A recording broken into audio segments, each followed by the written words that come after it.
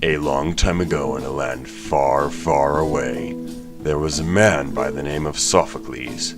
He wrote many plays, 7 of which survive today. One of these plays, called Antigone, is one you may have read and or seen. Let's see how Sophocles really envisioned Antigone.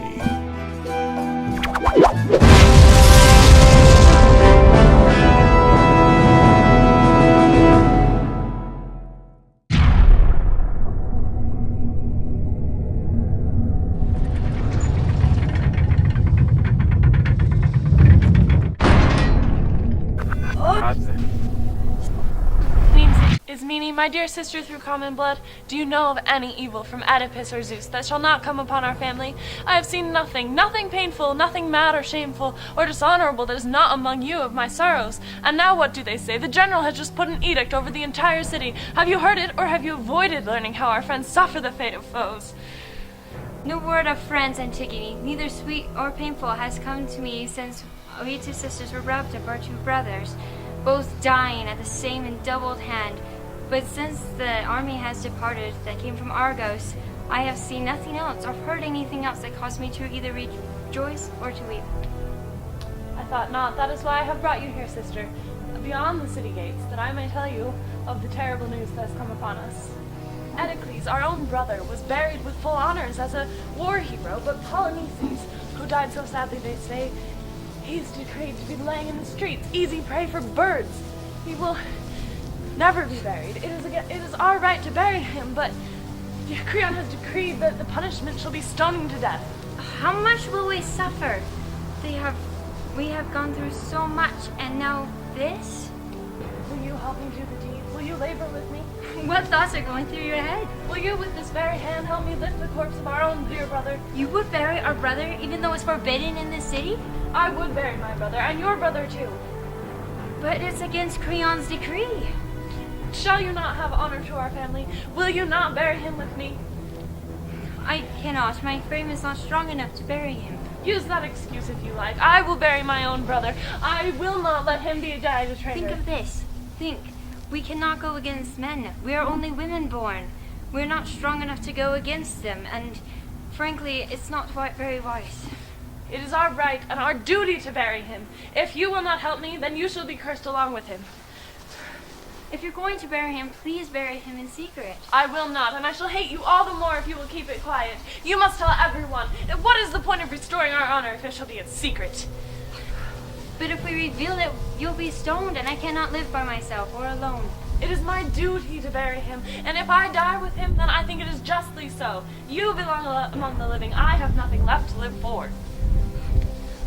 Look, I have nothing else besides you. I've lost everyone else. Go with Creon. You are loyal to him. Just know that you have friends who truly love you, even though you're doing this foolish thing. Do not ask to be a part of this, if you choose. I shall never see you again, sister. After Antigone had finished speaking to Ismene, she had departed the next day to go bury her dishonored brother Polynices. Unfortunately for her, she was caught in the act by the guardsmen ordered to watch the body. Antigone is now being taken to Creon for punishment.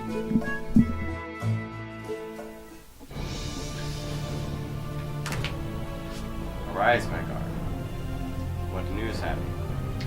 Do you remember the body that you didn't want buried? Someone has buried it. What? Who dare bury the body? Maybe it was the gods. Gods? No. You must have done it. You and No. your fellow guards. No, it wasn't me. Well, go. Unbury the body. Quickly. I will do as you command.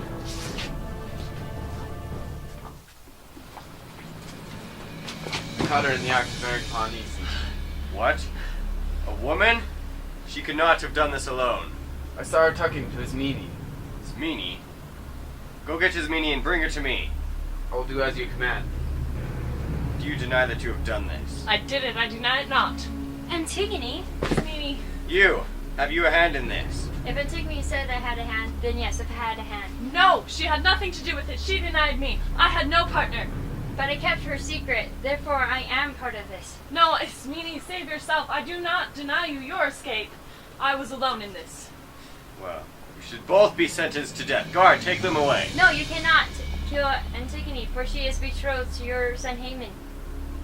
Unworthy wives for my son I hate. Guard, take them! Oh, Haman. How you were selected by your father.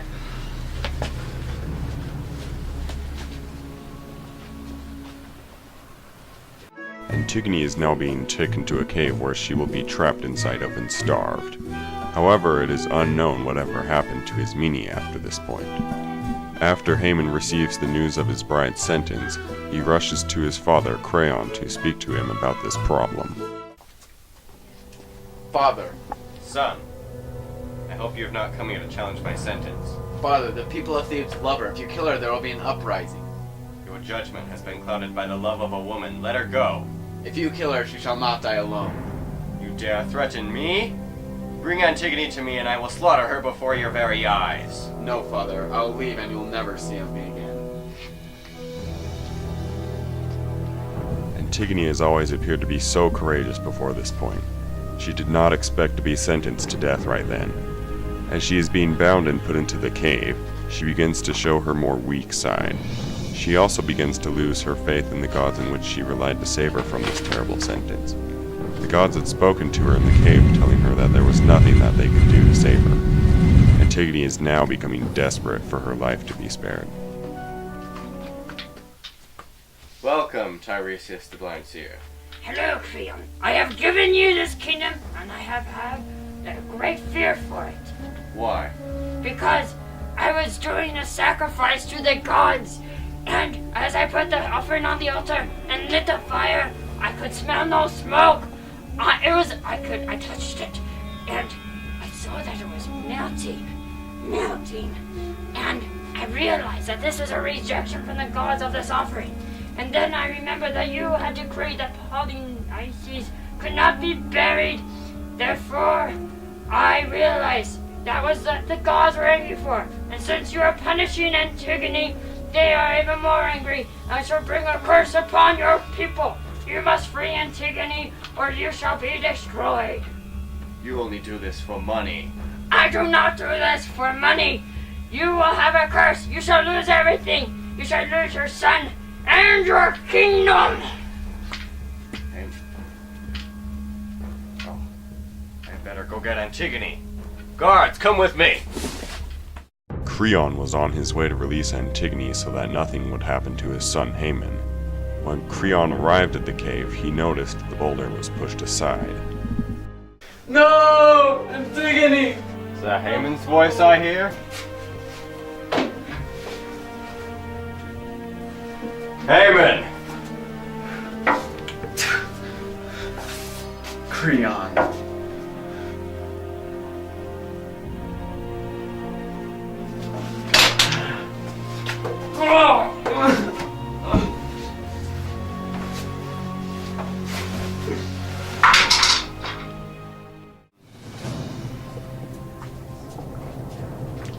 My queen. Your son Haman has died.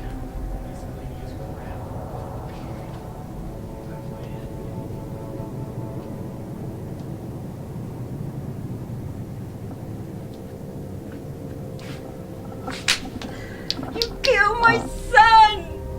No! I hate you! I want to kill myself! Do away with him again! And your evil husband! I want to be with my ex-boyfriend! Ah! Oh. Creon was now on his way back to the castle after being devastated at the sight of his son's suicide. The guards tell Creon to come to Eurydice's quarters as soon as he arrived. Eurydice! My king. Your wife has killed herself. How did this happen? She learned that her son had died, and she called you a child slayer, and desired to be with her ex-boyfriend. Oh. Leave me. As you say. Oh, how could I have done this to you? I am so guilty. This is all my responsibility. Ugh. As shown in the story, Creon had been filled with pride. His pride ultimately led to his downfall, but after he had seen the consequences of his pride, he had humbled himself and now knows never to be prideful again. Pride leads to downfall, and suffering teaches wisdom. This is how Sophocles saw Antigone. Well, not really, but at least the end of Sophocles' version makes more sense than our English class's version. Here is our ending.